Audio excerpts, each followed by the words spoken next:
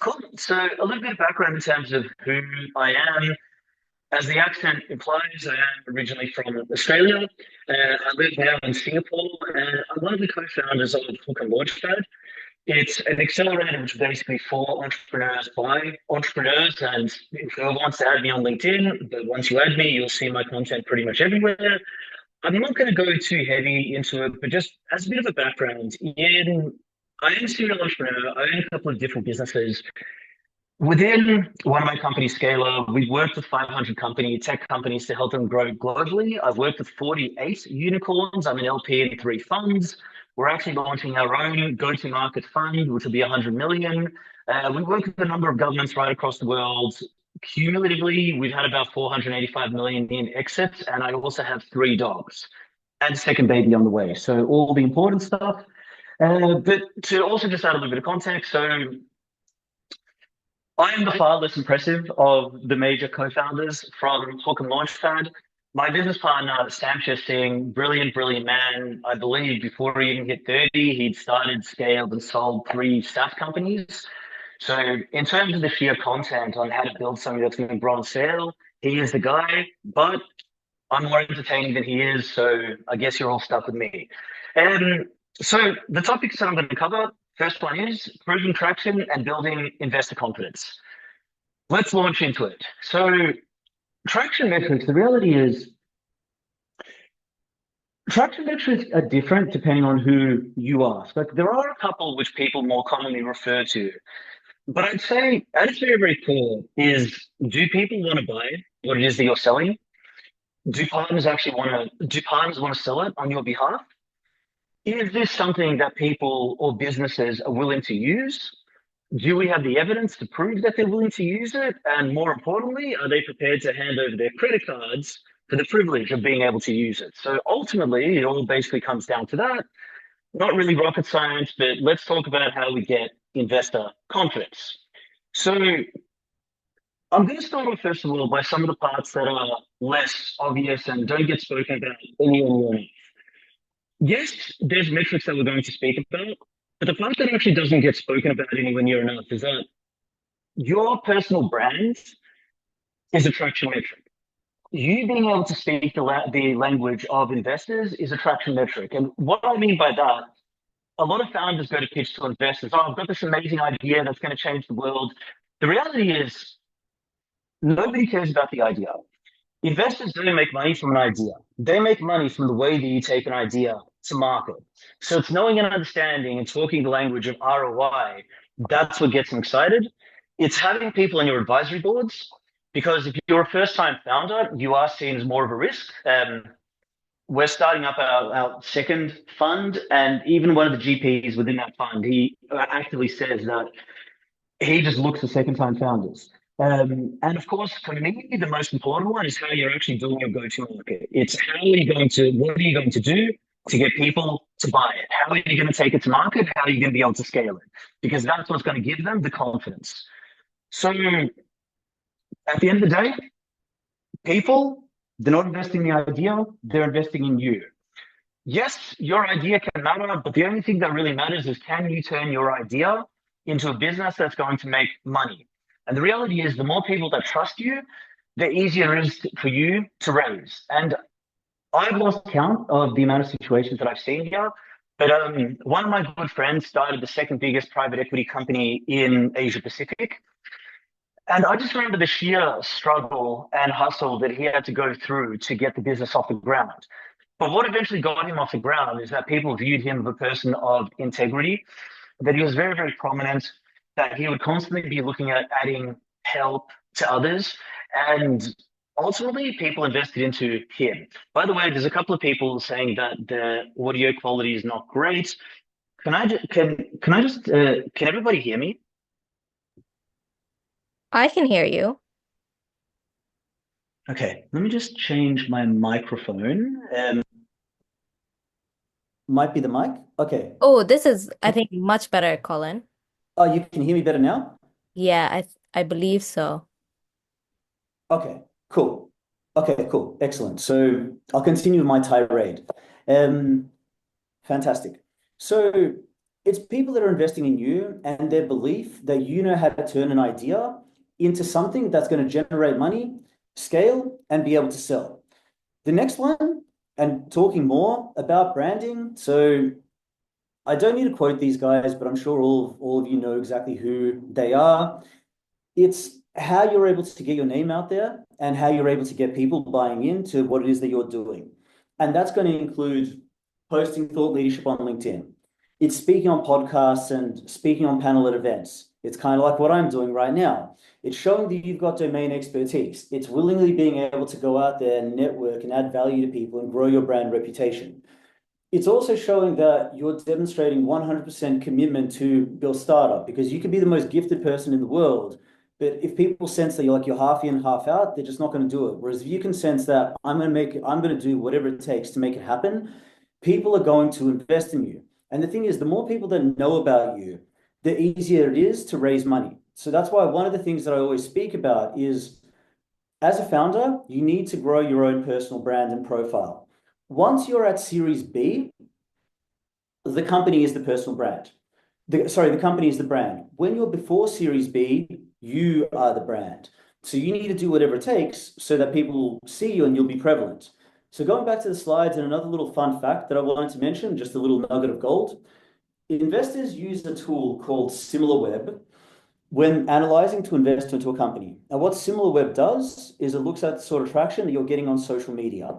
Why? Because they know that if you can get your name out there and your brand name out there, that more people will know about you, which means it's more likely for people to buy. So there are a couple of unspoken rules. Next one in building investors' confidence is, can you speak their language? The reality is you're pitching an investment vehicle. Um, it's not so much an idea, it's you're pitching an idea that's supposed to generate returns, grow the valuation, and make investors money. So when you're talking their language in terms of valuation growth, scalability, market size, how you're going to do the go-to-market, and if you frame your pitch, not in terms of we're building the flux capacitor and it's going to do X, Y, and Z, if you actually frame your pitch in terms of, look, this is our idea, this is what we envisage it to be. But if you tailor it to how investors are going to make money from investing in it, so right now we're at a 5 million valuation. We are going to deploy $1 million, and that's going to go towards go-to-market, getting traction in new regions. We're going to create 2 new side products. We're going to be selling via channel, and that's how we're going to take the valuation from 5 to 10 million to 50 million. That's what investors are essentially looking to hear, because it may come as a surprise, but people don't just hand over money out of the goodness of their hearts. So, unless, of course, your parents, but different story. Advisory boards. So, advisory boards is a topic that I love speaking about. And the reason is it's very much a secret weapon. Another unspoken rule is, depending on who sits on your advisory board, the higher your valuation is. And what I mean by that, if you've got somebody like an Elon Musk, a Peter Thiel, let's just say a very, very successful tech entrepreneur that's sitting on your advisory board, other investors are far more likely to invest. Now, the mistake that I see people make time and time again is they get people out of the major banks, which unless you're a fintech, yes, what investors are looking for is people who can guide and mentor the founder. People who have been there and done that, because the reality is first-time founders are a risk. They want to see battle-hardened experts who've scaled companies to Series D or IPO.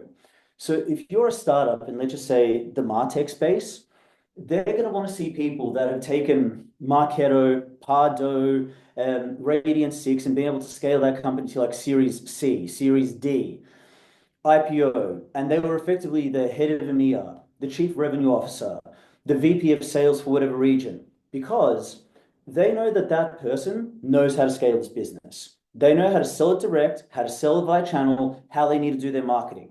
So when investors look at you, it's far less likely that when they give you money, you're going to burn it on stupid shit. So yeah, and what I always focus on is, when it comes to building an advisory board, have about 3 people, so a diversity of skill sets. You want someone who's an expert on the financials angle, so then they can help to take the pressure off you in terms of cap raising. So someone who's worked for like a late stage fund or a family office or something like that, or someone who's actually IPO'd a company and can guide you through those steps.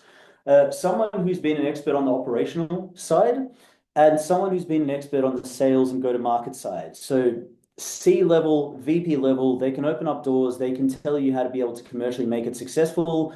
You only really need them for like 4 to 8 hours per month, but investors will look at that and they'll see that you've got people who've proven that they can do it. You're far more likely to invest. And the other thing is you don't need to spend a lot of money. One of the people who I learned this from, this is Moise Navon. He literally sold a company for 15 billion to Intel called Mobileye. He was actually one of my mentors once before as well. And he also had an advisory board that helped him to be able to get the exit to Intel. So he knows what it's talking about. The other one that builds investors' confidence is honestly your go-to market. Your idea is one thing, and I say this to founders all the time, your go-to-market is far more important than your product. Because at the end of the day, you can have the most amazing product. If nobody's going to buy it, your company's going to fail. Your idea and your product matter, but nothing matters more than how you get it into your customers' hands. And the other thing that I'll say is the product doesn't need to be a finished article. I see founders obsessing over this all the time. Get it out to customers, get their live real-time feedback, see what they're saying, and then iterate. Because the reality is you don't know what customers want. Only customers know what they want. Prime example being Slack. Slack was originally a gaming company, and they received venture capital quite a lot because at the time e-gaming was booming, and the company was running out of money. The founders even said, "Look, we'll hand the money back to the investors," and the investors said, "No, no, no, we're going to back you guys because you've got a great advisory board. There's a lot of the foundations that tick." So then they ended up doing a pivot because what they found was there was a communications platform on their gaming company that people really, really liked, and that's how Slack came about. You don't know what people want, but the market is going to tell you what they want. So make your product wrap around the market as opposed to the other way.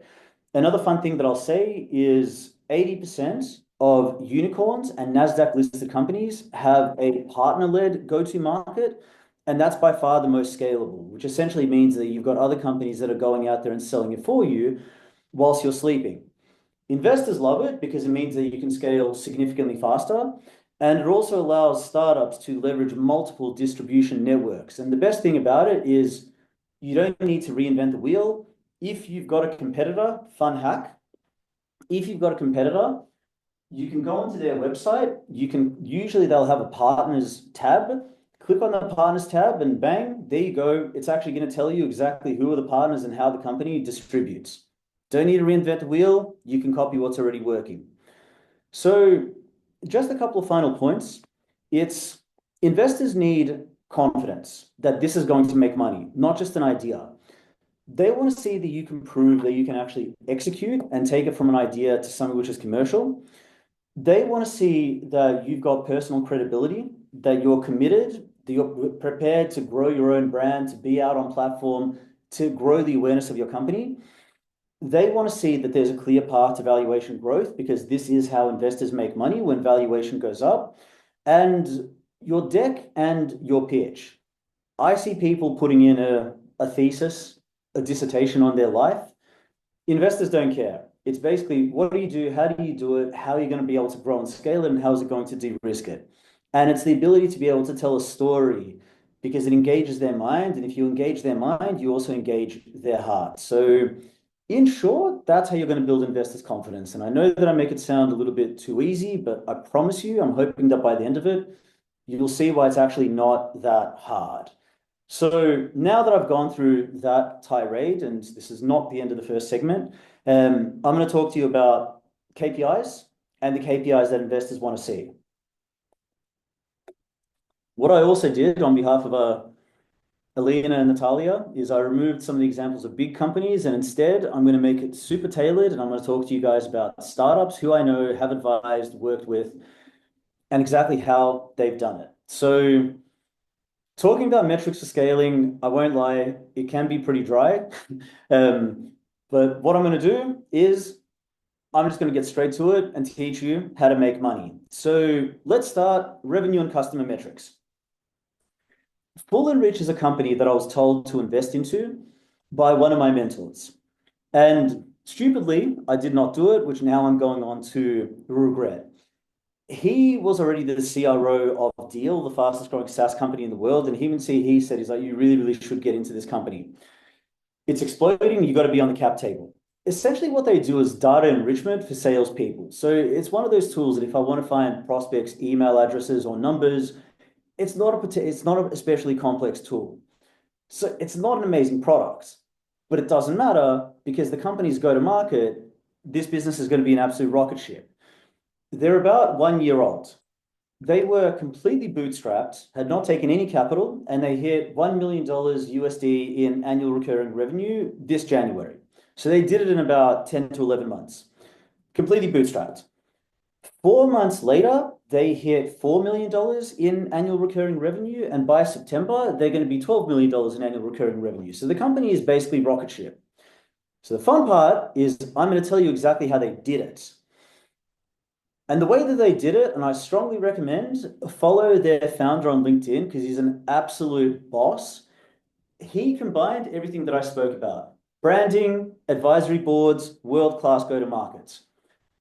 Most of his competitors, they were relying on SEO, SEM, Facebook ads to sell.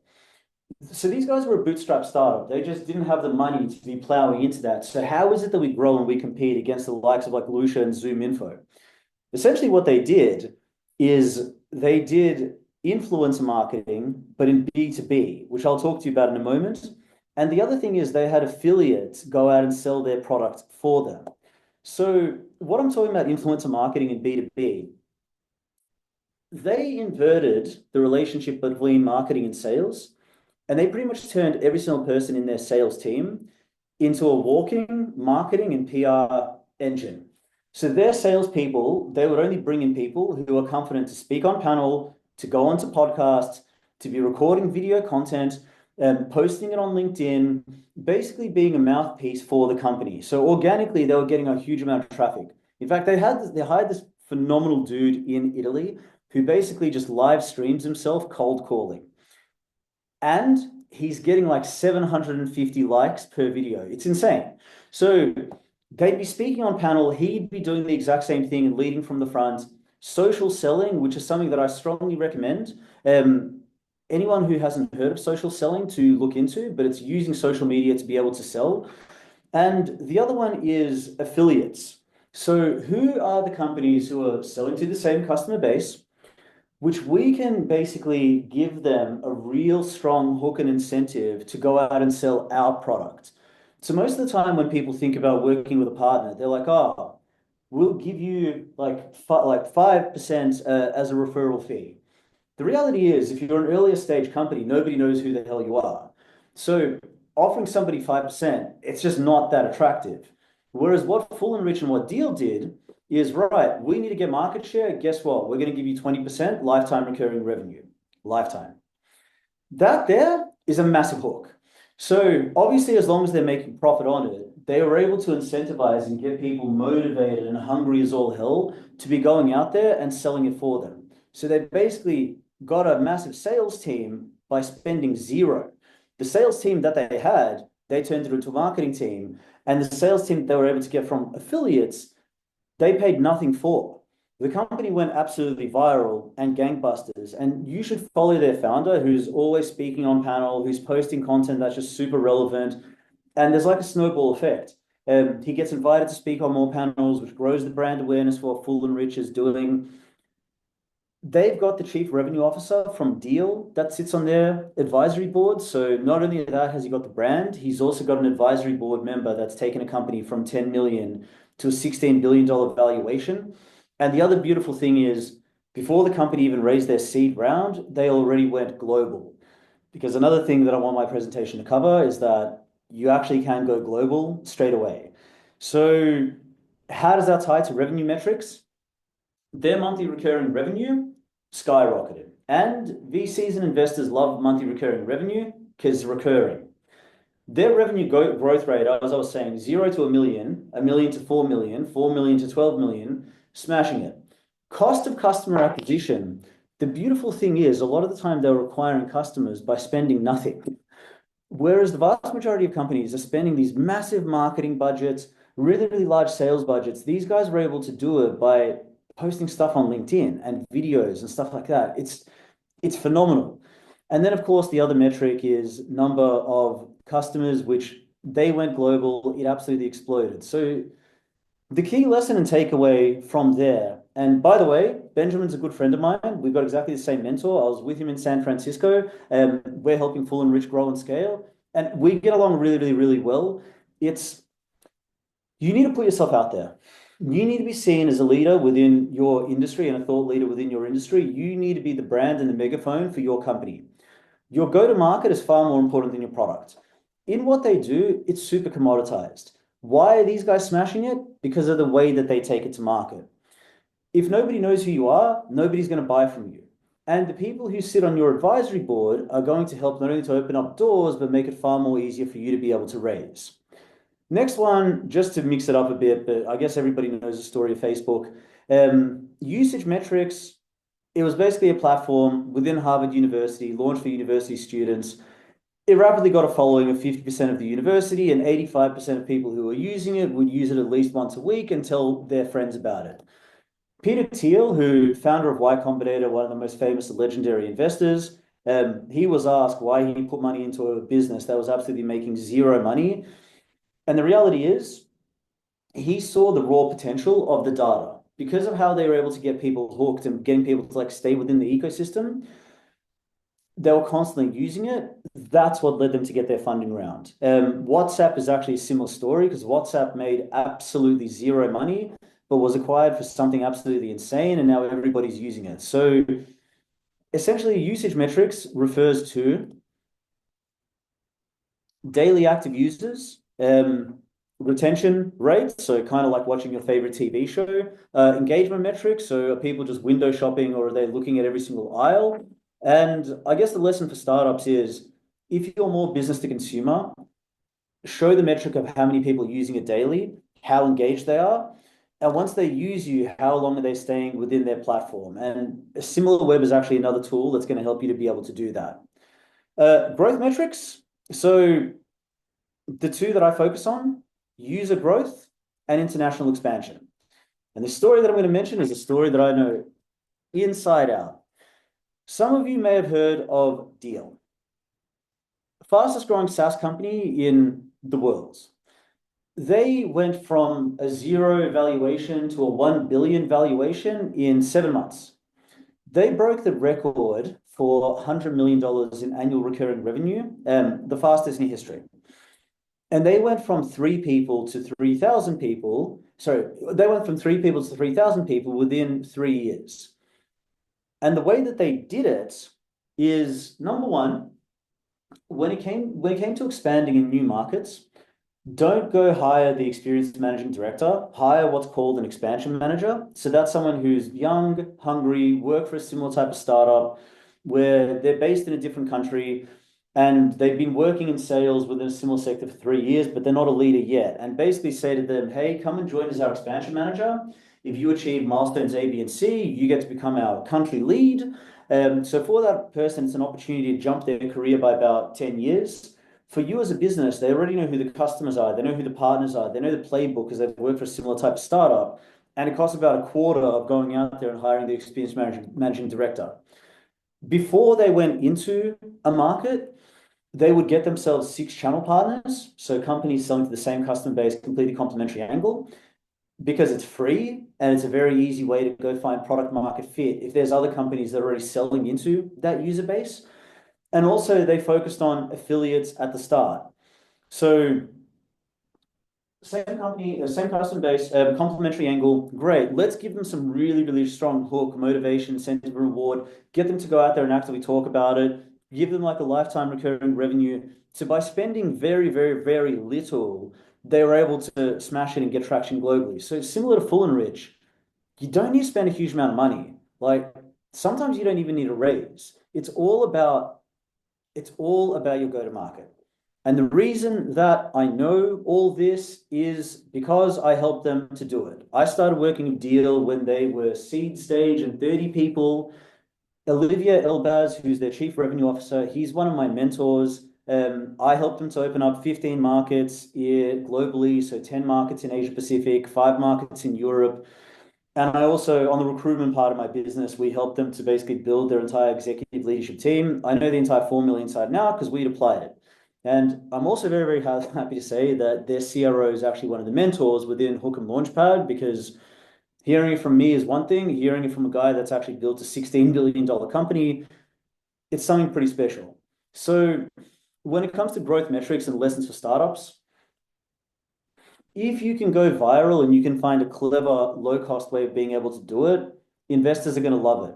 And geographic expansion, some people are going to tell you, don't expand too early, focus on domestic market. I honestly say I don't agree, because the reality is some of the most successful companies that I've seen, you can go global straight away. In fact, the faster you're going global, it's kind of like a diversified share portfolio. One market could be down, another market could be up. And each time you get traction in new markets, your valuation goes up. So moving to the next one, we covered that. Market validation metrics. So what I'm referring to here is proof that the company is solving a real problem, their users want it, and that it's not just an idea. The case in point that I'm going to do is Money Hero Group, who IPO'd about 2 years ago. So Money Hero Group were kind of like a comparison site for financial products. And Prashant Agarwal, their founder, he's a really, really good friend of mine. Phenomenal founder, like started the company, raised $220 million, IPO'd the company 2 years ago, found out that he doesn't enjoy running a publicly listed company. So he stepped off from board, moved to a remote village in Bali, because there wasn't internet there, so he can get his kids off screen time and go surfing. Absolutely legendary dude. And now we're going to be spinning off a fund together. But where they really met the market validation metric, the company was actually going bankrupt. They nearly went bankrupt 3 times. So comparison site for financial products. They had an idea of a market that they believe was being underserviced. And this is going to sound quite funny, me saying it now, but at the time it was quite revolutionary. So they're an Asian company, and income protection insurance for females, because predominantly it was centered on males, where nobody had ever thought of, why don't we also create a revenue line that's really, really heavily aimed, even in our marketing, towards females? No one had actually tried it. So they're like, we believe that this is actually a very, very significant market. So they not only tried it, they did a very, very clever form of doing their go-to-market. So rather than spending money on SEO, SEM to get it out to market, they rang up one of the major banks, I believe it was HSBC, and they said, hey, we're going to create a new revenue line in your business. We're going to create a female-specific income protection solution, and you could only buy it through HSBC. So HSBC, which technically could be a competitor, like, oh, why would I possibly say no to that? So they did it, and the results were something spectacular. So Prashant's a really, really good buddy of mine. It worked so well that their website had actually crashed, because there was a whole bunch of other banks that were looking to get in and to be able to basically do the exact same product. They effectively used their competitor to be able to distribute it. And then once they started scaling it through HSBC, they rolled it out across multiple markets, and then other banks started getting on board. So they completely validated a market by using a partner or a competitor. Company boomed, completely turned the company around. The company IPO'd about 3 years later. Prashant made a bunch of money, and now he's surfing in Bali like an absolute boss. So operational metrics, and this is burn rate, which basically means, are you pissing away money and losing money hand over fist? Runway, that you've actually got money to continue running the business, and team growth, which is hiring the best. Example that I'm going to use is Flutterflow. Now, I actually didn't think of this plug before this, but in Hook'em Launchpad, we basically build everything on Flutterflow. I'm good friends with the team there. We actually helped them to launch a number of different markets. Long story short, Google was trying to compete against Amazon Web Services and Microsoft for market share in the cloud market. Google's the third string player. Now, Google realized that, look, we're not going to displace AWS and, let's say, Lloyd's Bank. They're not going to win these major enterprise accounts off of AWS or Microsoft. So what they decided to do is to make their own multi-billion-dollar accounts, because the advantage that Google had over the other two is Google also owned Android. So if you're a digital company, you can build an application both for mobile as well as for web. So because Google own both, like how do we make it as humanly easy for people to build software? Great. Let's create a programming language called Flutter, which then the founders who invented Flutter turned it into an enterprise solution called Flutter Flow. And seed stage company, Google found that it was in their best interest to push Flutterflow as much as humanly possible. Because when Flutterflow would go in there and be able to reduce the time that it takes to make a product for any company, it then meant that Google had a way of getting in. So basically, Google just started pushing them everywhere.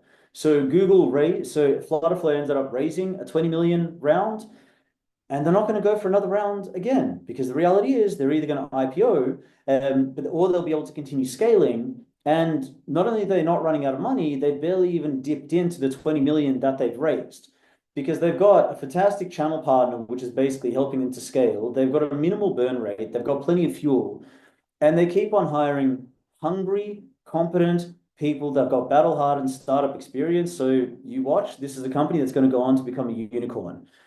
So the real lesson is grow sustainably. Don't raise money and then go on a hiring spree and then find out, oh no, we're about to run out of cash. And hire the best people. But what I mean by hiring the best people is hire the best people for your stage of company. Don't go get yourself people from banks or large corporations that have never worked within a startup.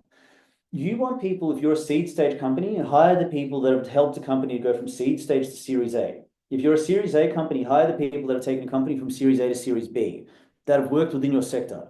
Because number one, they're prepared for what's involved in a startup. Number two, they know how to go from this stage to this. So it's right sizing and bringing people in at the right time.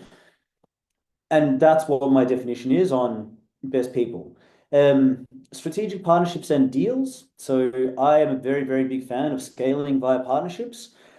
And look, I could probably give the example of one of my businesses, Scalar, which basically opened up. We went into 9 markets during a recession, and we did it via partners. But instead, I'm going to talk to you about a good friend of mine, Anshul, who's the founder of TabSquare. So Southeast Asian company, they had one of the top 20 biggest exits ever in Southeast Asia. They had 3 entities in different markets, 3 bank accounts, but they were operating in 14 markets. So I'm just like, how does that work? So you've got 3 entities in different markets, 3 bank accounts, but you operate in 14. And the reason is because they scaled through partners and joint ventures. So essentially what Anshul would do, he's actually a good buddy, he's a good buddy of mine, he's an entrepreneur, organizations who are out ziplining, so I know the story inside out. It's within whatever growth market, find people that are targeting the same customer base, complementary angle. So he had a food ordering app. So he would identify businesses who could be, let's just say, a consulting firm to the restaurants, or a firm that does like the electrical for restaurants, or whatever it is. They're already selling to that customer base. So it's like, okay, cool. Bolt this on. We can provide you some marketing and support. You've already got a local entity. You're already making revenue. Let us help you just accelerate that revenue. So on basically a win-win-win transaction, and we can start as referral partners. And if you can see that the revenue is going great, then cool. We can spin this off into a joint venture and we can go and co-fund the resources. So what he did was he found a whole bunch of related companies in multiple markets, repeated that formula multiple times. Companies' revenues absolutely skyrocketed. Delivery Hero came in. They're like, this is absolutely phenomenal how this business has been able to grow and scale. One of the top 20 biggest exits. And also Anshul is also going to be one of the people who's one of the mentors as part of our program. And the tools that you can use to track the partnership metric are tools like Partner Stack, as well as cloud marketplace listings. So lesson for startups, scale with partners. In fact, Full and Rich, TabSquare, Deal, there's a repetitive theme. All of them have been able to absolutely smash it.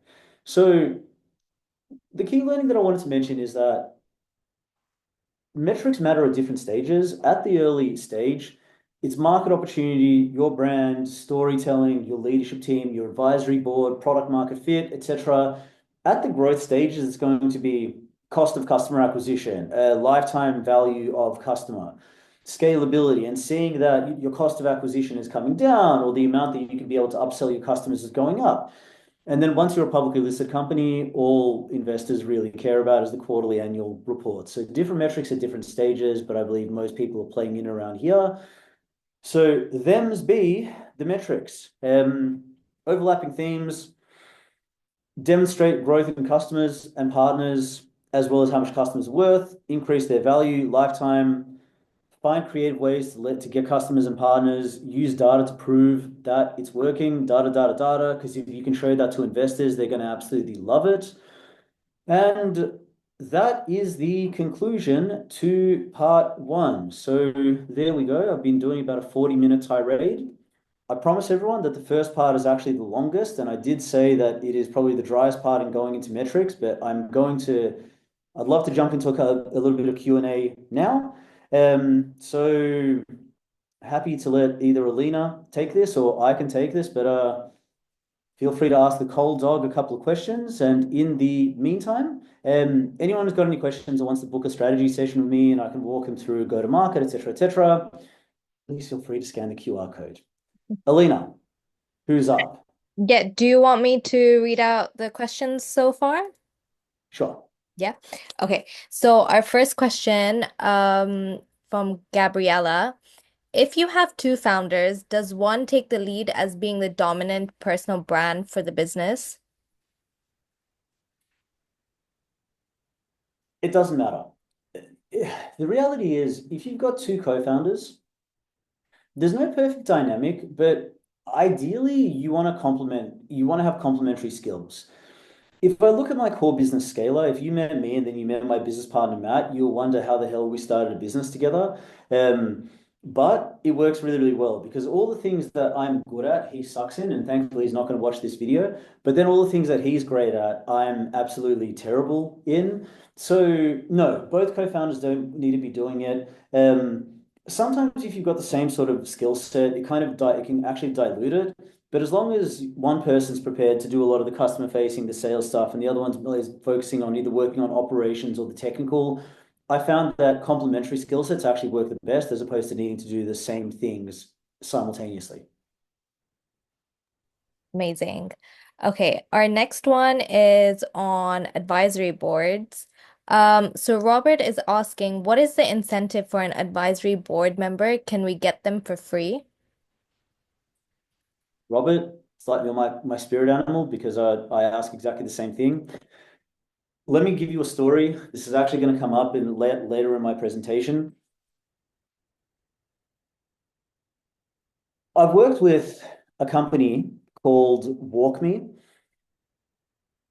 from a very, very early stage. The guy who brought them into Asia Pacific and North America, he met them when they were on their seed round, and he used to run Hewlett Packard in both North America and Asia Pacific, and he said to them, "I want to scale you into a new region." So the guy's like, "Oh, sounds amazing. How much?" He's like, "Okay, 10,000 per month retainer, 0.1% advisory equity, 10% lifetime recurring revenue on deals, and 2% of APAC rev share." The guy's like, do it on success fee. He's like, "Okay, I'll charge you 5,000 per month retainer, 0.25% advisory equity, 20% lifetime recurring revenue on deals, and 3% of APAC rev share." The guy's like, "Do it for free, do it on commission." He's like, "Okay, I'll do it on commission, but I'm going to charge 85% on lifetime recurring revenue. I'm going to take 5% of your company, and I'm going to take 5% of all future revenues in APAC." The guy's like, "Are you absolutely insane? Why would I possibly give you 85% on revenues?" So which is like, "Then make me a serious offer if you're asking me to work for free." So what they ended up negotiating is that he'd do it on a success basis or some notional retainer, like $250 or $500, but he would get 30% lifetime recurring revenue, 1% of the company, and the fun part was 7% of the future rev share for APAC. So for that company, they landed their first 14 customers in a completely new continent. Investors like, these guys are geniuses. So they raised Series A, B, C, D, E. They went all the way to Series H. They IPO'd, and here is a guy who's swimming in his pool in Southeast Melbourne. Sorry, you don't swim in a pool in Southeast Melbourne because the weather's terrible, but he's cycling through the suburbs of Southeast Melbourne, making 7% of what everyone made, what all salespeople in the region are making. The moral of the story there It's however however you incentivize them, a person actually needs to be motivated to do something. If you want to try and get them on a no money down deal, there has to be something attractive for them. Now, the mistake that I see founders make, it's, oh, we'll give them a little bit of advisory equity. The reality is advisory equity doesn't mean anything. Your company may never ever get an exit event. So why, like, I found that there's a complete lack of motivation. It doesn't matter how much you pay the person. The only thing that matters is how hungry and motivated that they are and how much they can actually help you by contributing by way of revenue, opening up doors, or help you to get investment. At the very, very early stages, I recommend do pay some retainer. You just don't need to pay a big retainer. You can pay something like £200, £500, whatever it is. Give them advisory equity, but also make it attractive for them. That's why I talk about lifetime recurring revenue, because I live in Singapore. I'm in London next month. Singapore and London are expensive places to live. So is a £200 retainer going to make a difference to them? Absolutely not. Is equity in a company that's basically worth zero going to make a difference to them? Absolutely not. But if they can help you to get traction or land customers or whatever it is, and then they can get an ongoing recurring revenue stream, that's what makes a difference to people. So the answer is yes, but you just need to structure it in such a way that it's really, really, really exciting for a person and it's like tangibly rewarding. So don't just do advisory equity. Structure it in such a way that it's like, if I help to get this off the ground, I get to achieve something absolutely phenomenal because then they're going to be the most hungry and motivated to help you. So I hope that answers your question, and I'll take one more before I launch back into my tirade. Okay, next one is for a startup, if your product is digital healthcare, aren't proof of benefits more important than GTM? You need investors for evidence of proof of concept, then you can fast track. The reason why I disagree with that is proof of benefits, the same way as like the proof of validation or proof of product. Investors want to see how it's going to create ROI. And I've worked a lot of digital healthcare companies. In fact, I've been an investor in one. Let me give you a story. So a company called Smart Doctors, which is a Latin American health tech company, they definitely had the proof of benefit because in LATAM it's quite difficult to see a doctor and the infrastructure just wasn't there. That they created like the teledoc, the telehealth app. So they can definitely prove the benefit because you get it to actually access a doctor. But they were struggling to get it off the ground and they were struggling to raise. What they did, what we did with some partners as well, including the deal guys, is we actually inverted the way that they were doing their go-to market. So instead of trying to sell it to consumers and proving the benefit that way, what they did is they took a business to business to consumer route. So for example, they partnered up with Airbnb. Now, what does Airbnb have to do with the telehealth app? Well, the reality is if you go on holidays in Latin America via Airbnb and you get sick, Airbnb has to reimburse you your money, so they actually lose money on that. Okay, great. Well, what about if you're going on holiday and you can activate the smart doctor function? So if anything happens, you can see a doctor. Through that, they acquired 10,000 users. They already had the benefit, but now they just got 10,000 users. They did the same thing in WeWork. If you're traveling for work, let's say you're traveling to America and you get sick, you're about to get absolutely rinsed, especially anyone who's ever been to a hospital in America. Well, how about if you're using the Smart Doctor app? You can pay $10 per month, included onto your WeWork membership in LATAM, and you can see a doctor visually. By doing that, they acquired an extra like 20,000 users. The reality is, yes, you want your product to achieve a benefit, but what investors want to see is that people are prepared to pay for it and that you can genuinely show traction metrics.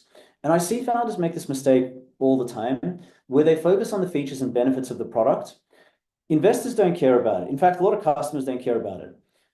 Customers care what is the problem in the world you're solving, but investors care in terms of how is this going to help us to grow the valuation of a company?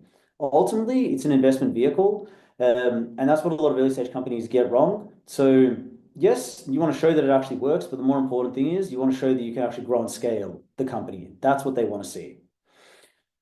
I'm going to jump to the next part of the presentation, if that's okay, Alina. Yeah, perfect. So cool. Next one is so scaling smart, identifying and mitigating scaling risks. I'm going to tell you a story about a great founder who I know, who I saw nearly completely balls it. Um, Great founder, charismatic dude, out there speaking on panel, got fantastic advisors that are surrounding him, great team. He got early traction in 4 markets and they were making about 100,000 in annual recurring revenue. So what they did is they raised $5 million. And then what they did, which I see companies make this mistake time and time and time again, and I will yell at you if you do this. They raised $5 million and they spent 4 million of it on product development. So I remember when I was chatting to him, he's like, oh, and we're building this product, we're building this product, we're building this product. I'm like, oh, amazing. He's like, and we're doing this feature, we're showing that we're doing a benefit here. I'm like, okay, great. How much are you making in revenue? He's like, 100,000. I'm like, you raised $5 million when you were making 100,000. You spent $4 million on products. You're still making 100,000. He's like, oh yeah, because we're building out all these other things. I'm like, mate, you're about to run out of cash. Instead of listening to what it is that customers are asking for and then building a product around what they're asking for and getting them to pay for it, you've just gone on this hiring bonanza and building something out that you don't even know if people are going to want to buy. Instead of spending their money on sales and go-to market. The moral of the story is they actually nearly went bankrupt and they were able to resuscitate the company. And actually, phenomenally, I saw that they exited 2 weeks ago. But I remember when they nearly went broke, and he was like, you were right. The moral of the story is it takes a balance of factors in order to be able to scale. Don't spend 80% on product development. You need to spend the money on actually scaling. And scaling is effectively balancing resources. It's improving every single detail of your operations, from how quickly we can access customers, how we can get distribution, how we can get product to market, how do we automate everything? Because investors are going to be they're going to be looking at this. At the start, it's not as important, but then as it goes along, it's like, is this a well-oiled machine? People want to buy something that is just automated as hell, super smooth, scalable, can create repeatable streams of income. That's what gets massive exits. And they can bring on the right people at the right time with the right skill set, as well as they can scale by focusing on valuation growth as well as focusing on profitability, which is actually a lot easier to do than a lot of people realize. So the preface is I see companies do this wrong all the time. Before you start, yeah, get yourself a website, get yourself a presentation deck, payment processor, a bank account, an entity, a platform, blah, blah, blah, blah, blah. Within our accelerator, we help companies with all of this. But if things go wrong, also you want to be prepared. So have some tech support and processes for incident management. If you've got a massive surge, then ensure your systems don't crash. I actually tried to go to the Taylor Swift concert. Not that I openly share this with many people, so don't tell my wife, who's bye, Andre. Sorry, my 3.5-year-old saying bye. Bye, Baba. But when I tried to get tickets, system crashed. So basically, don't be like the website selling Taylor Swift concert. If a customer joins, make sure you've got a process to onboard them and keep them engaged. Your ability to do that is going to lead to customer satisfaction. Have an FAQ section, and never forget, the better your customer experience, the more they're going to use it, the more feedback that you get. And here is the thing, if people think that your product is absolutely garbage, that's a good thing, because the more of this feedback that you can get and the more you tailor it to exactly what people are looking for, eventually you run out of ways to make garbage, and all that's left is to make a diamond. So these are some of the basics. If we go on to real life stories, WeWork, brilliant idea, interesting founder, very, very gifted founder, great at selling the vision, but piss poor financial discipline. Another one, Peloton. I've actually got one. That's what keeps me all sexy, as I like to tell my wife. Market disruptor, made exercise bikes cool, absolutely crushing it, expanding, blah, blah, blah, blah, blah. But then it all came crashing down. Reason why?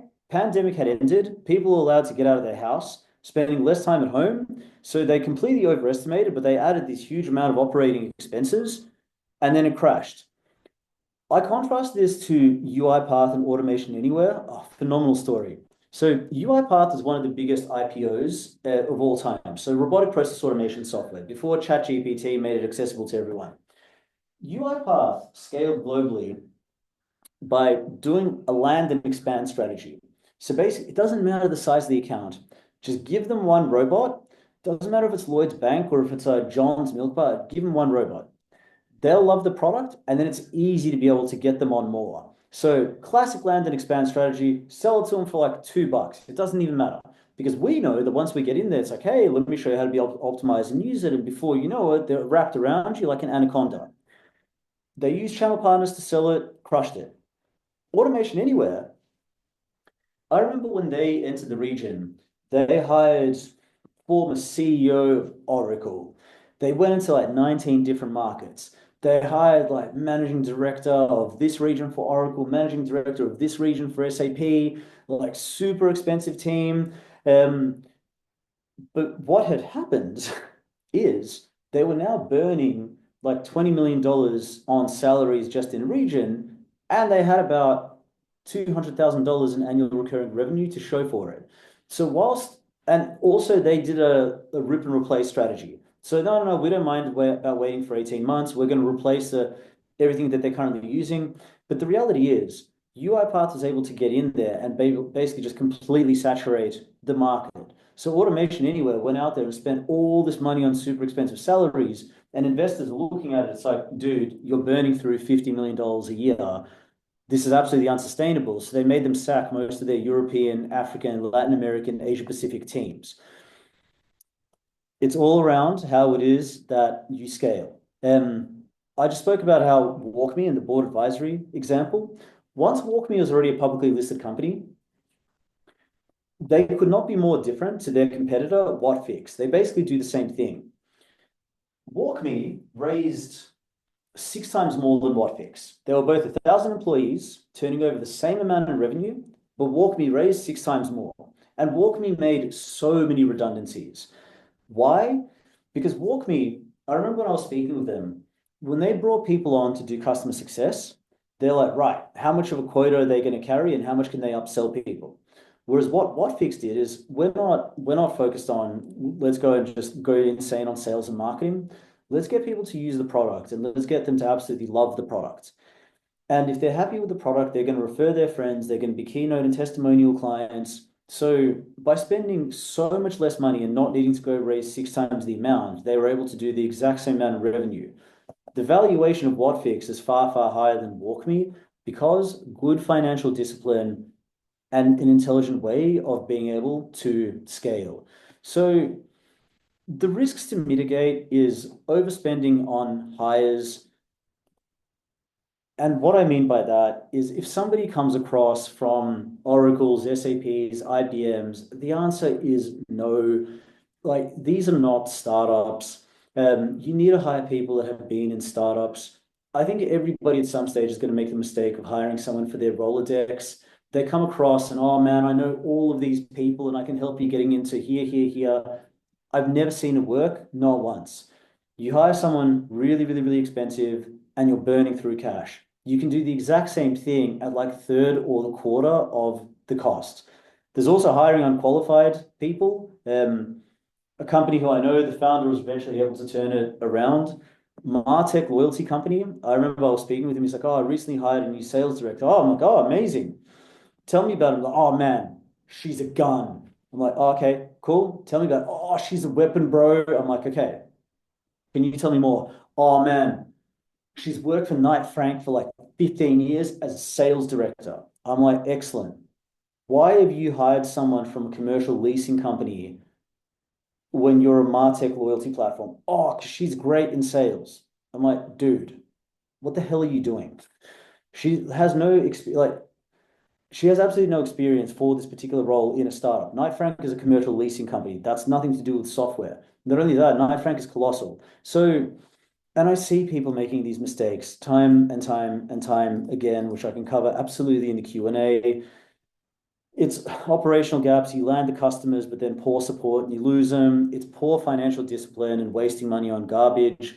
It's getting distracted, key person concentration risk, shareholder disagreement. I've spoken a bit about this, but when it comes to hiring, a skill that doesn't get spoken about anywhere near enough is storytelling. Because here's the thing.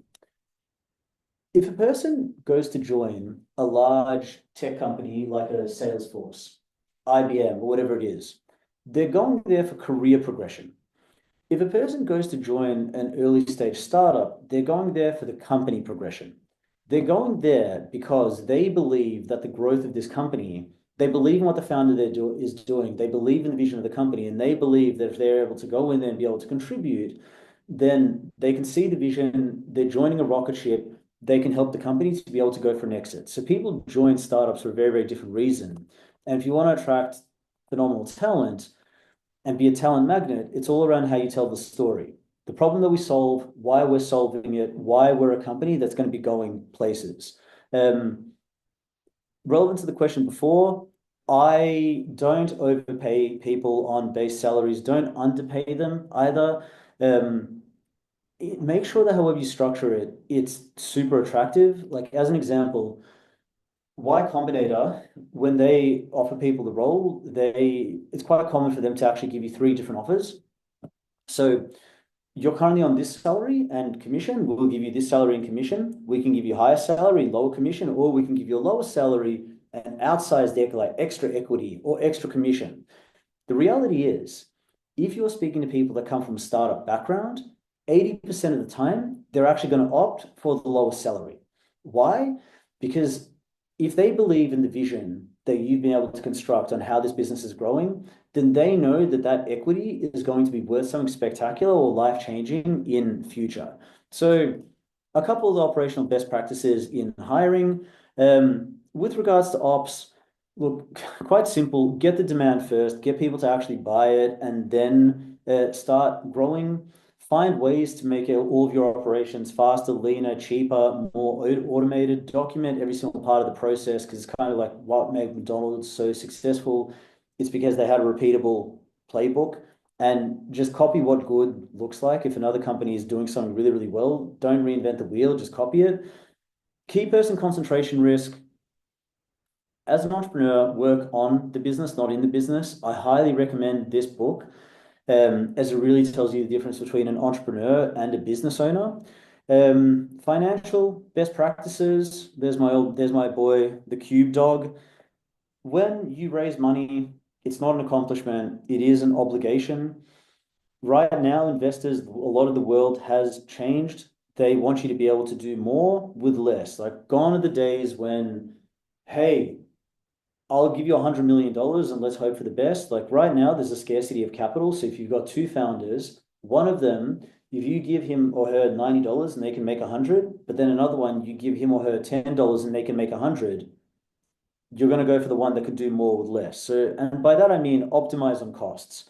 Software licenses, outsource where you can, optimizing on salaries and getting people a bit like equity, like I was saying before, optimize on marketing, back office, etc., etc. Getting distracted. I've seen this many, many times. I know an entrepreneur here in Singapore, and I've got this amazing product, and then I started this amazing product, and then this amazing product. I'm like, okay, excellent. Do you have any customers? He's like, nah, man. But people look at it and they're like, wow, this is absolutely incredible. I can't wait to get it. I'm like, dude, stop building a whole bunch of crap that nobody's using. So he's got himself 40 people in software development, but barely any customers. And it's because whenever you show someone a demo, they're like, oh, this is actually really interesting. It'd be good if you had this product. He's like, rather than trying to close the customer, he goes and he makes an extension of the product. So don't get sucked into every shiny new opportunity. Be prepared to pivot, be committed to your approach, but be flexible in your decision. Co-founders disagreeing. Like, if you ever met my founder, Matt, so angry Mancunian, very easy to disagree with, but we've got a shareholders agreement, but we complement each other very, very well and agree on 90% of things. But investors, they want to see somewhat of a fail-safe. super hacks, the multiple offer strategy that I mentioned before, it's a really good way to actually lower your cost of hires. Deploy capital slowly. Do not just rush in and go hire a massive team quickly. Get some customers, get the revenues to go up, ideally even get some profit. Then you start adding in extra staff. You're better off doing it in a slow and measured approach so you don't find yourself, okay, great, we've got a team of 20 and we've got 3 months until we go bankrupt. You're better off doing it like methodologically and optimizing each part of the process because guess what? If you do, you might not need to go back and raise again. Um, yeah, profitability, you get it. The four parts of scaling is it's sales, it's partnerships, it's marketing, and it's PR. You've heard me say this, your go-to-market is more important than your product. Um, you heard me talk about the go-to-market hack. If you've got a competitor, you can have a look at their page. You can have a look at their partner page on their website, and it'll tell you how they're taking it to market. You can also go onto their LinkedIn page and you can have a look at where their staff came from and a lot of the stuff that they're posting and what businesses they're liking, because it'll give you an idea of who's going out there and buying it. Um, this is a solution selling technique, but I see companies make this all the time, mistake all the time. On demo days, they're like, okay, great, I'm John from Perrier, and then they just go into a pitch. Don't pitch. Ask questions and understand what is their current problem. Ask as many questions as you want, as you possibly can, because the better you understand what the problem is, the more you can articulate, okay, here is how our solution can help you to fix it. So don't pitch. Stop pitching, learn to ask questions. The other one is there's two major selling styles. The first one being land and expand. So trial one, if you're happy, we can move up. So that's a free trial, whether that's a free first 5 users, or whether that's like one robot and one piece of software or one bot, and then you upsell. And the other one is rip and replace. I find that in today's world, the land and expand is a lot more powerful than rip and replace because a lot of enterprise software can just get disrupted on ChatGPT. Um, Partnerships is the best way to scale. 80% of unicorns use it. When you can show investors that you've got partners that are helping you grow it in other markets, your valuation just explodes. You're making money whilst you sleep. There are different kinds of partners, systems integrators, consulting firms, and I'm happy to ask some questions about it. But when it comes to actually opening up new markets using partners, it's one of my favorite little hacks. We did this when we went into UK. My business partner is British, and we did this when I moved from Australia to Singapore. But great, who sells the same customer base, completely complementary angle? We have something that they don't have. They have something that we don't have. So potentially they're a big customer in a market that they're in that you want to get into, and you're in a market that they want to get into. Or you sell something that's really, really complementary to them that you can create a new revenue line and they can do the exact same thing. So a really easy way is like, great, you're a UK company, find a company which is super complementary in the States. This works best if you're of the same stage. So if you're both early stage, it's like, hey, we're a UK company, we're not in the States, you're a US company, not in the UK. We can help to promote you and refer you business and do events with you in the UK. If you can help to promote us and refer as business and do events with us in the US. It's a 100% no money down deal, and it allows you to get traction within a new market. The trick is it's got to be on the same stage. And the other trick is you got to add value to people first. If you can show them that this is something we can help you with something that you're currently missing, and it's got to be both ways. Like if you don't expect to go in there and just take, the law of reciprocity, when you add value and help other people, they're going to add value and help you in return. And don't believe me, this is exactly why Deal is a $16 billion valuation company. This is how they scaled globally. Also, leverage the government, leverage trade associations. So whether that's, I get confused with some of the British ones, Department of Business and Trade, Capital Enterprise, etc. It's London and Partners. Like they are there to help you go on. They're there to help you scale. Like it's in their best interest to help you to be able to access new markets. The government can do quite a lot. And of course, leverage technology and alliance partners. So other tech companies, same customer base, complementary angle that can help to They'll promote you, you'll promote them. Beautiful. Potentially that can turn into a JV, but guess what? You've just now found product market fit in a new region for free, and your valuation's gone up, and you spent absolutely zero to do it. So marketing and PR, in general, depending on whether you're B2C, if you're business to consumer, you're going to spend money on SEO, AdWords, Facebook, Instagram, OnlyFans. If you're business to business, it's field marketing, it's events, it's LinkedIn. So use the right channels.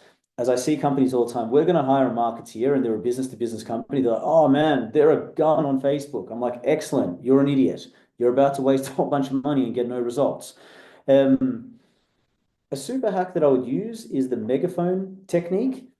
And by that, I mean work with a partner who's extremely well known. So kind of like what Spotify and Facebook did. Spotify, a lot of people don't know this, but they were just like a small Nordic platform. They needed a way to be able to get access to a mass market.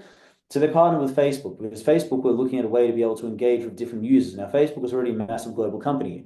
So by Spotify announcing a partnership with Facebook, it absolutely exploded their brand awareness right across the world. Samsung did the exact same thing with Google. Samsung was only really known for their mobile products in Korea at the time, but they were trying to figure out a way to be able to compete against the Apple iPhone. So they partnered with Google, created the Android. Because of the fact they partnered with such a highly prevalent company in North America, it exploded their brand awareness. So as long as you can make it a win-win-win deal or a win-win-win outcome, partner with companies where it's going to explode your brand awareness and following.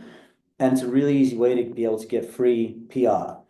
And also, when you're partnering with other companies that have got a massive brand awareness and following, the way the Google algorithm works is it sees that you've got a trust factor. So it's actually going to bring down your costs on digital advertising. So fun little fact, the more partners you have, the cheaper your SEO costs become.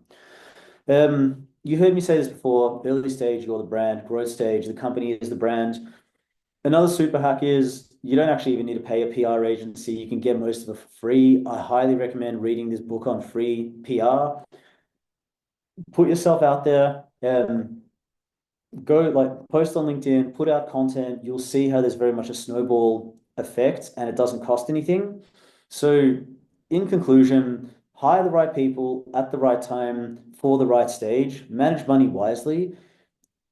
If the business depends on you, you don't have a business. You've got just an individual. Go to market is everything. If you've got a world-class way of getting into people's hands and getting to pay for it, you're going to build a scalable business, and profitability is integral to the sustainability and the growth of the company. So, and I promise everybody that the last two segments are significantly shorter. But what I'll do is I'll let Alina, queen of moderation, to come in and yeah, throw some people under the bus for some Q&A.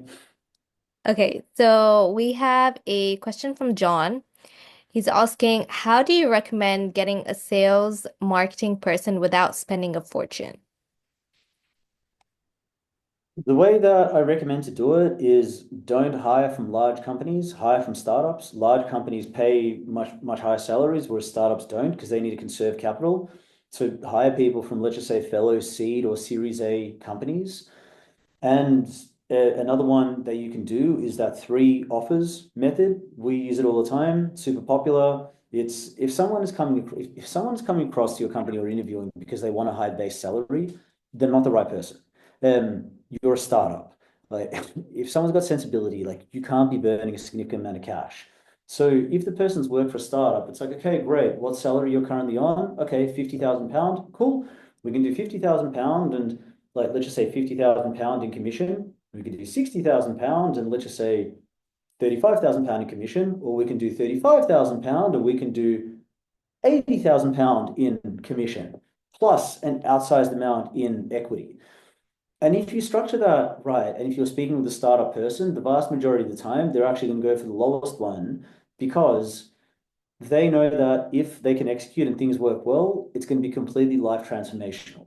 Like if people are coming across to a startup and asking for a high base salary, I'd say thank you for the opportunity, goodbye.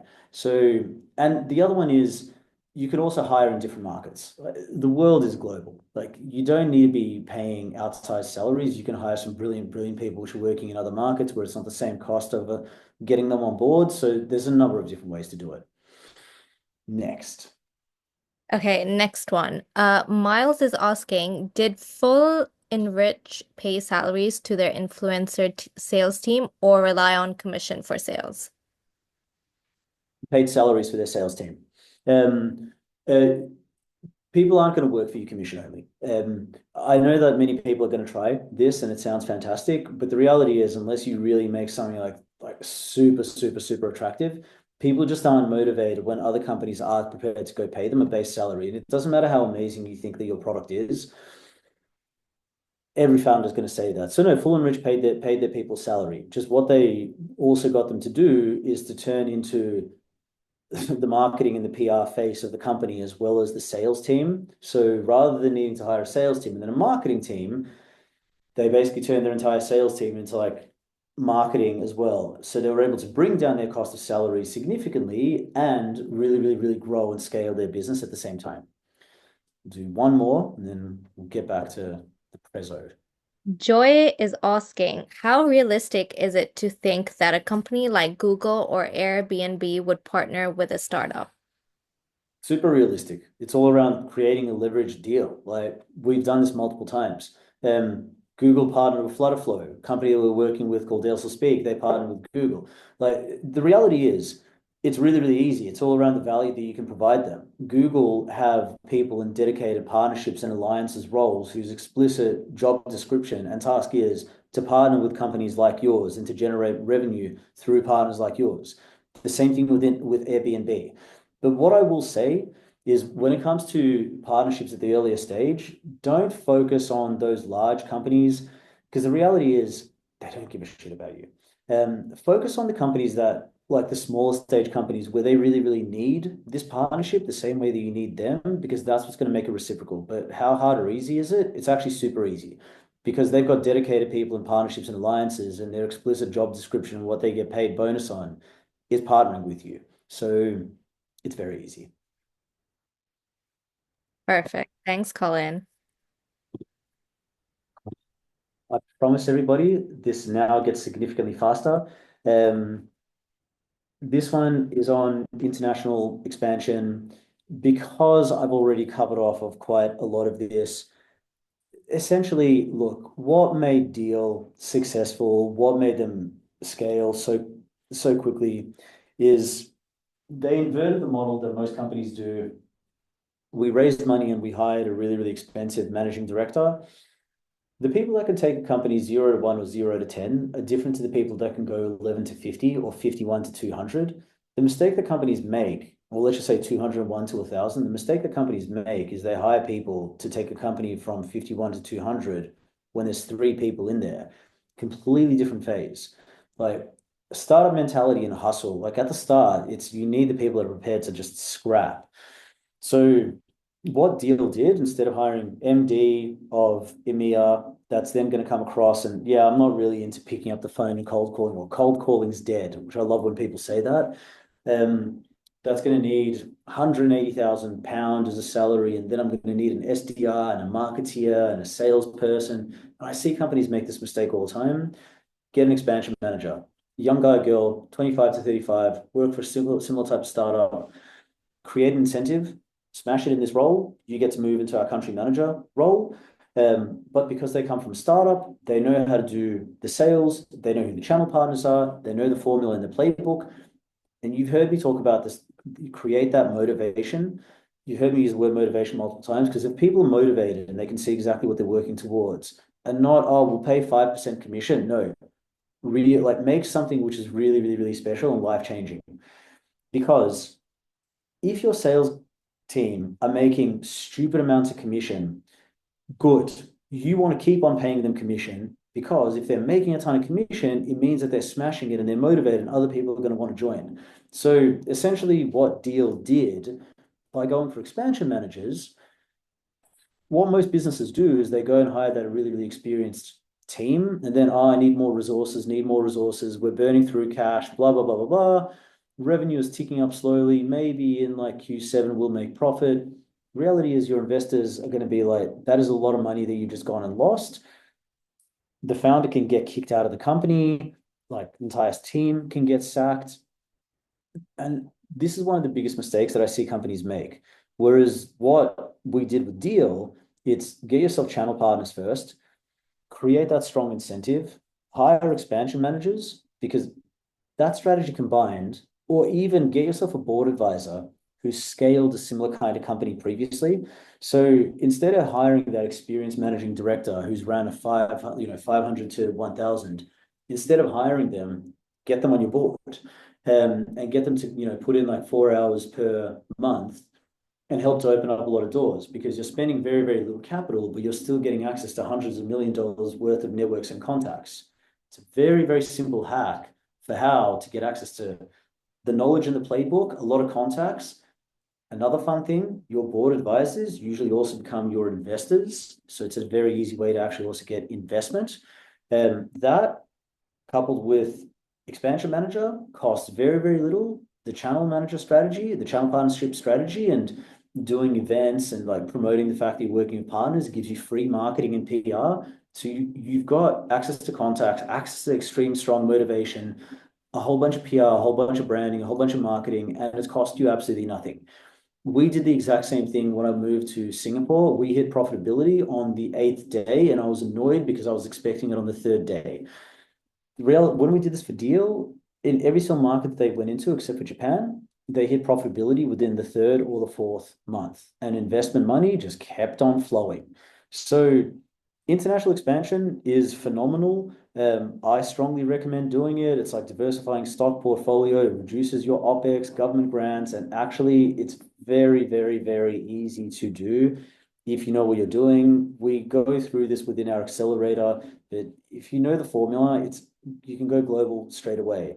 So advice is go for the easiest markets first, where you can get traction the fastest. Localize the product. Like as an example, if you're going into France, make it in French. Like Americans and Australians speak the same language, but as I know firsthand, I was in San Francisco 4 weeks ago, and I got complimented 3 times on how well I speak English. Phenomenal. Even had a taxi driver, hey man, you got a dope accent. Where are you from? I'm like, oh, Australia. He's like, Australia? My mum's English as well. I'm like, we could be distant cousins. Because you speak the same language, it doesn't mean that you speak it in the same way. So localize the product, localize it to what the pricing is, localize it to language, localize it to lingo, localize the messaging, localize the way you sell it, and use partners. Tech companies, my favorite type of partners, as well as the government. Just in terms of a couple of other examples for international expansion is all markets are different. Japan, little known fact, actually have the biggest deal sizes on the planet. But selling to Japanese is an experience. It's like the joke in sales or the saying in sales is it takes 8 no's to get to a yes. Whereas selling in Japan, it takes like 40 yeses to get to an okay. Like normal SaaS sales, it's here's a product on a 3-year license, whereas in Japan, it's like, oh no, we'll take it for like 10 years. It's massive market, massive deals, but it's the longest sales cycles you'll ever see. Right next to Singapore, we've got Indonesia. So massive market, 300, I think 270 million people, shorter sales cycles, but the deal sizes are quite small.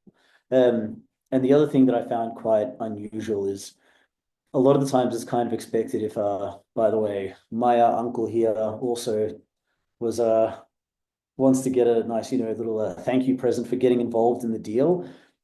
And that's just kind of the norm and the expectation. If we go back to Europe, Holland is a great market, easy to do business, but it's a small market. Germany is massive market, very, very large deal sizes, but it's more difficult to do business than in Holland. And then Australia, the downside of that, it's full of Australians.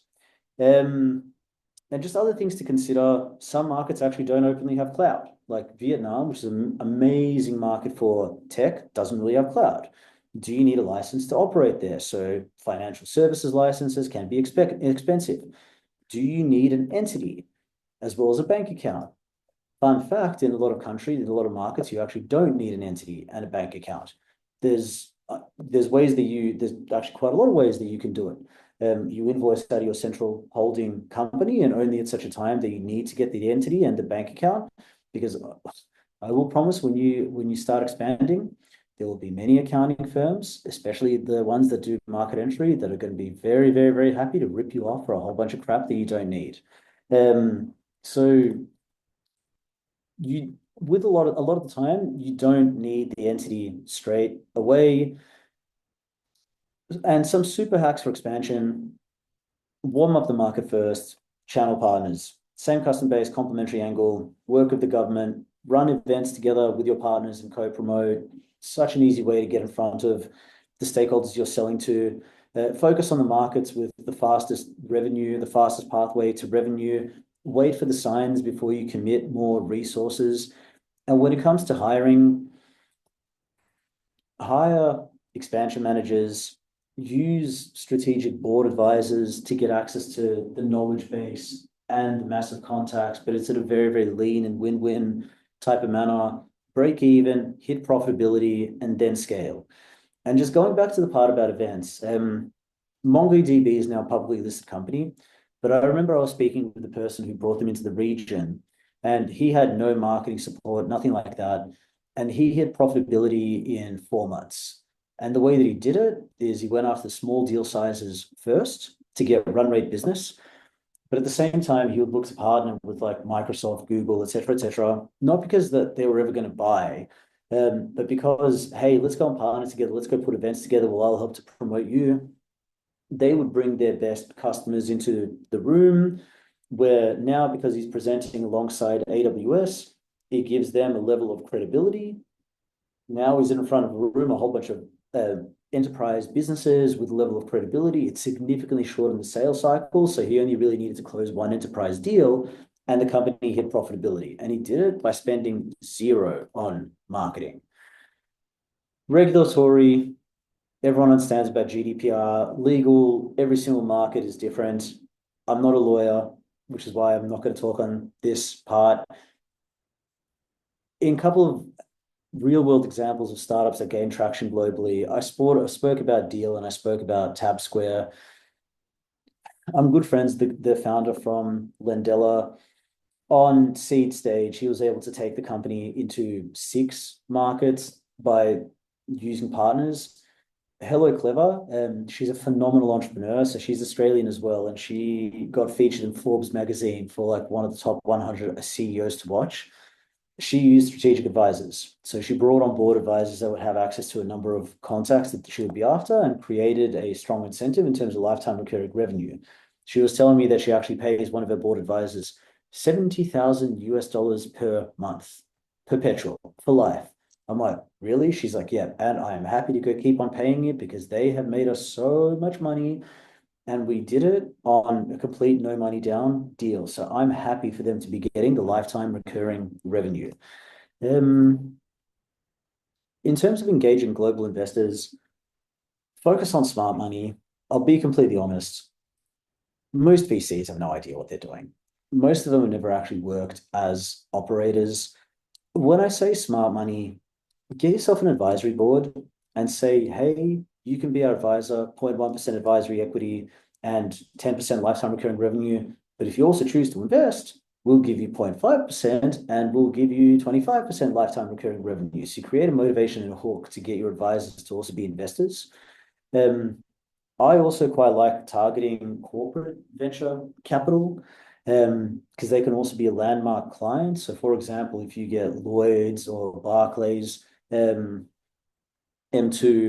to invest in you, that way also it's a landmark client. But the trick is understand what their innovation needs are and show how it is that you're doing it. So for example, Deal did it by leveraging board advisors. Another example is you can also get investors for people that have got a need to see your company successful. Like I remember I was speaking with a company which automated rental property management. I'm like, fantastic. get the GM of one of the biggest property management firms in the UK to invest. He's like, why? We're disrupting their business model. I'm like, exactly, exactly. Because it's in their best interests to have an investment stake in you. So that if this does disrupt their business model, they stand to win. Because the CEOs and the executives that are smart and forward thinking, they know that there's going to be innovation. So they want to have a slice of that innovation pie. And on top of that, with all of their stores and outlets right across the UK, you help to create a new revenue line or a new revenue stream. So actually, just another example. I know a super successful entrepreneur, the founder of Chemist Warehouse, and he gets prop companies come to him to pitch all the time. And with quite a few of them, if it's something which is disrupting his business model, he's like, I'll invest, absolutely. And he wants that because he'll give them Chemist Warehouse as a platform to then grow and scale their business and be a major flagship customer because he's got equity in it. He knows that the equity is about to go up outsized because of the fact that he's not only invested in it, he's going to integrate it into the company. So get strategic investment. Like not all money is good money. You can get global customers also very, very easily by doing that. So that's the third section. The fourth one is actually relatively quick, but I will take a short pause and Alina. Okay, so we have a question from David. He's asking, I have been part of YC, but where would the best places to look for an advisory board? The best places to look for an advisory board is well, it's the best formula. So I won't lie, we help companies and build their advisory boards. And outside of plugging my own company, it's first of all, what is it that you do? Are you a DevOps company? Are you a HR tech company? Are you a MarTech company? Cool. What are you a sustainability tech company? Cool. Whatever your category is, you do the following. Who are the companies within our category that have gone on to Series D or IPO'd? Because they've already been super successful in your category and they know how to be able to sell and make money within this area. Great. Who then are the VP and C-level executives of those companies? Identify them and reach out.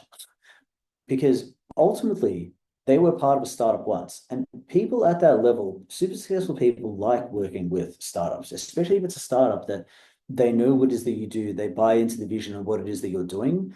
So it's not so much about where you go and find it, it's about how you go and find it. So whatever category of tech company you are, find people from like Series B onwards in a similar category. Who were the revenue leaders that built it? But from like Series B onwards. So it depends on the role, but what I'm referring to are people who are leading sales. So chief revenue officers, head of sales, VP of sales, managing director of EMEA. So people on the commercial side, because they're the ones that can help you the most in the commercial distribution of the product. So that's what I would do. Alina. Amazing. Okay, our next one is from Robert. Is there any way we can have a co-founder on business without giving up equity for free? Yeah, so that's it's all around how you structure compensation. You don't need to just give away equity. You can put somebody on an ESOP plan, which employee share options plan, which means that they kind of have to earn it and go via metrics. I wouldn't be giving away huge amounts of equity for free because investors will look at you and say no. Um, the other thing is you can get a co-founder potentially not need to give away any equity. Like every single person is different and people value different things. Um, so the onus is on you to understand what is this person wants the most. Some of them don't care about equity. They just want like the freedom to be able to work from wherever they want. Some of them want like lifetime recurring revenue, whatever it is. Obviously, if a person proves themselves, don't try to screw them. Give them equity, compensate them handsomely because you want to show that up as a success story. But there's multiple ways of being able to do it without needing to do equity. You're never going to get low equity, low base salary, low success metrics. You're going to need to do something to make it attractive for people to come work there. So I'll jump to the last one, which I promise you guys this is pretty quick because I think that I've already covered most of it. It's actually on advisory boards. So I'll kind of just barrel through this. Look, basically, when you build an advisory board, they're amazing because they can potentially invest in you, or they can help you invest. They can help to open up doors. They can help you fundraise, close deals, grow your valuation. The real trick is honestly just how you motivate them.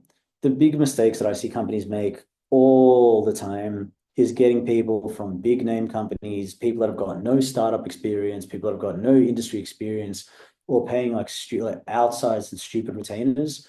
I remember there was an Australian startup, and I met one of the people that was on their advisory board, and he used to be a very, very senior executive from a bank called Westpac.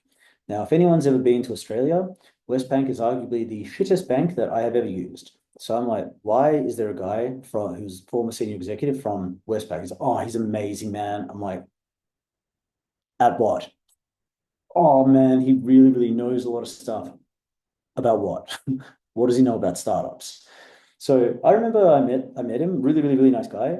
But we were having a chat, and he's like, "Oh, I want to help him to build out the rest of his advisory board." Oh yeah, I know Laura from Boston Consulting Group and John from Google. And I'm like, mate, what are you doing? None of them are relevant. None of them are qualified for this. Like Google and Boston Consulting Group aren't startups. Like these aren't people that have built startups.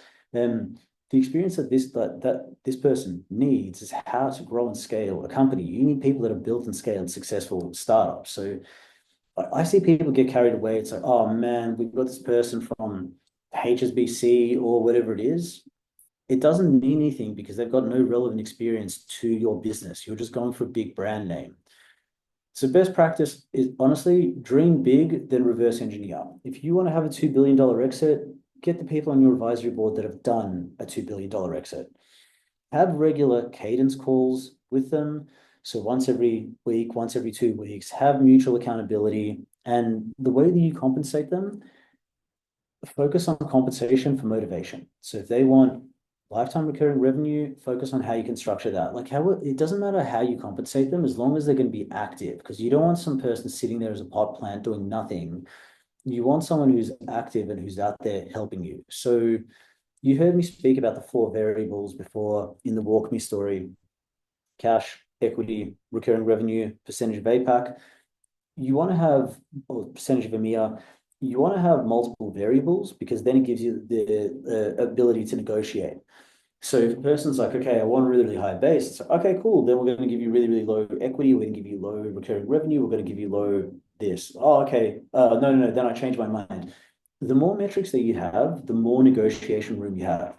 The biggest mistake founders make, negotiating only on retainer or only on advisory equity, because you kind of pigeonhole yourself. So multiple variables, and remember, fair but motivating. So Olivier is my mentor on our advisory board, chief revenue officer from Deal, just absolutely legend. And as I said, that was it. I didn't want to go into like this massive tirade on it. But please do scan the QR code if you'd like to book a time to speak with me one-on-one about the company. Alina, I will basically give it back to you in terms of further Q&A. Amazing. Thank you for that, Colin. We're getting really good feedback, by the way, in the Good. comment section. So yay. Um, okay, we have a question. I think it's an anonymous attendee. They're asking, can a great advisory team and strategic partner do away with with needing a co-founder? Yes. Perfect. Okay, next one. Regarding advisors from bigger competitors to use as expansion partners, isn't there a danger of conflict of interest and stealing the startup idea? For example, Dyson versus Hooper. How do we navigate protecting our new startup magic to the established cash-rich bigger companies?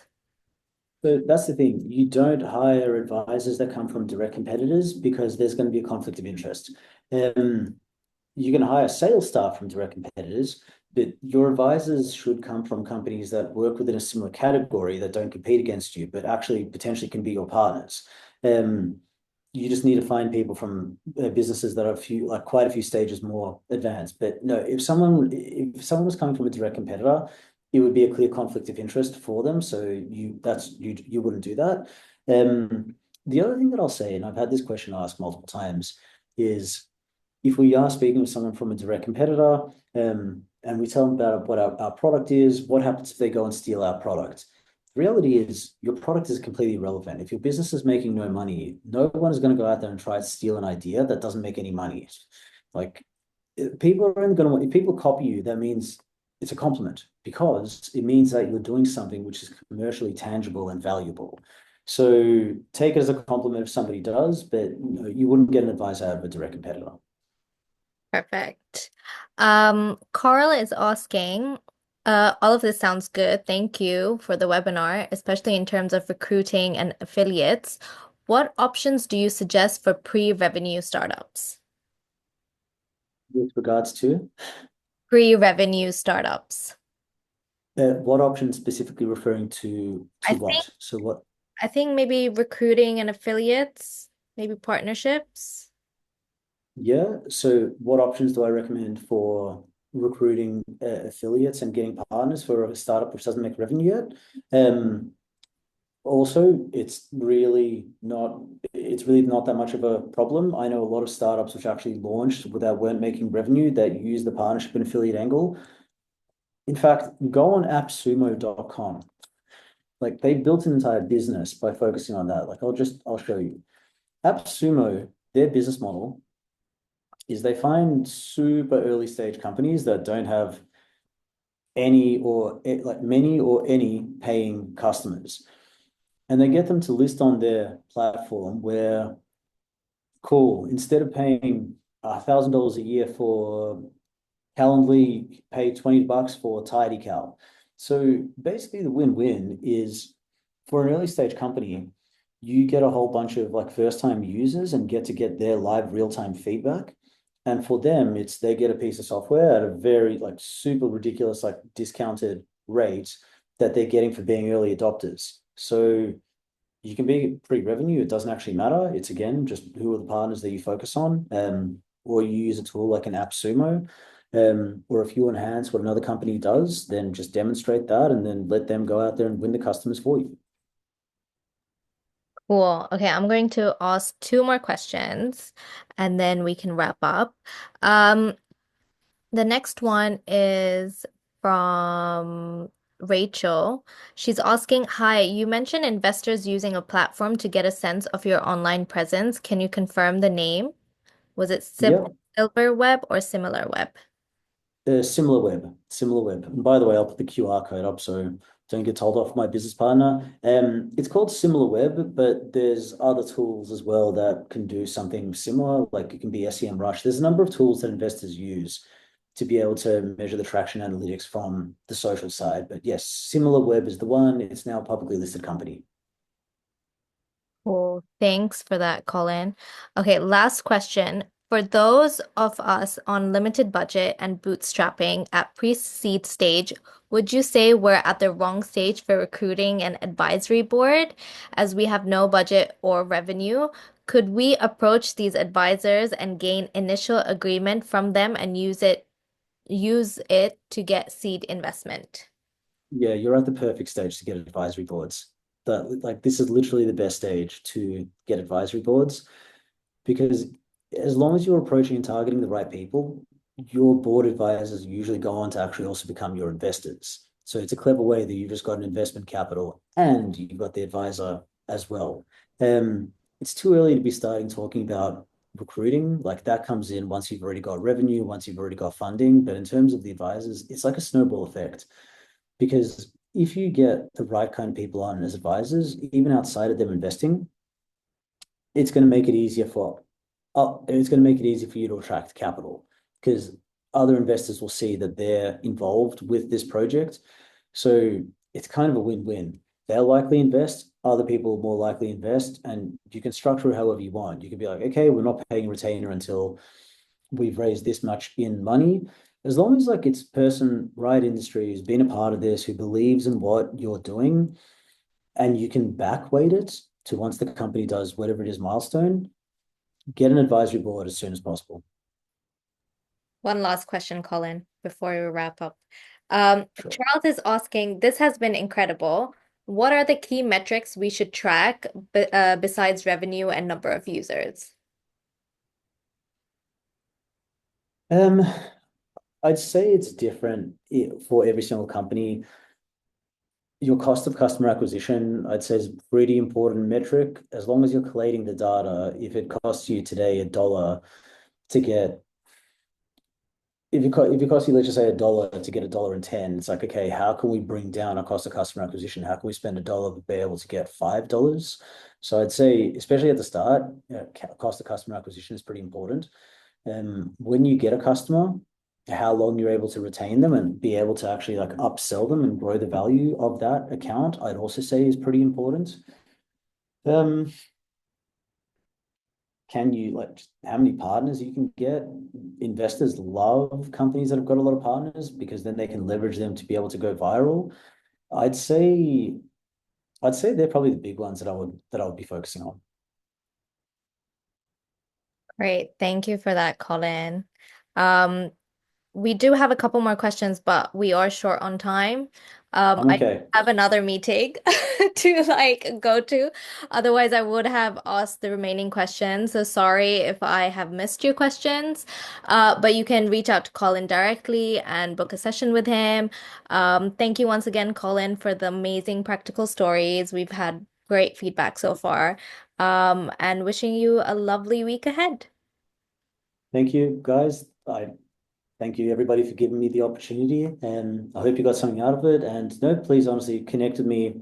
I love chatting. I love chatting to startup founders. I'd love to help in whichever way I can. Thank you.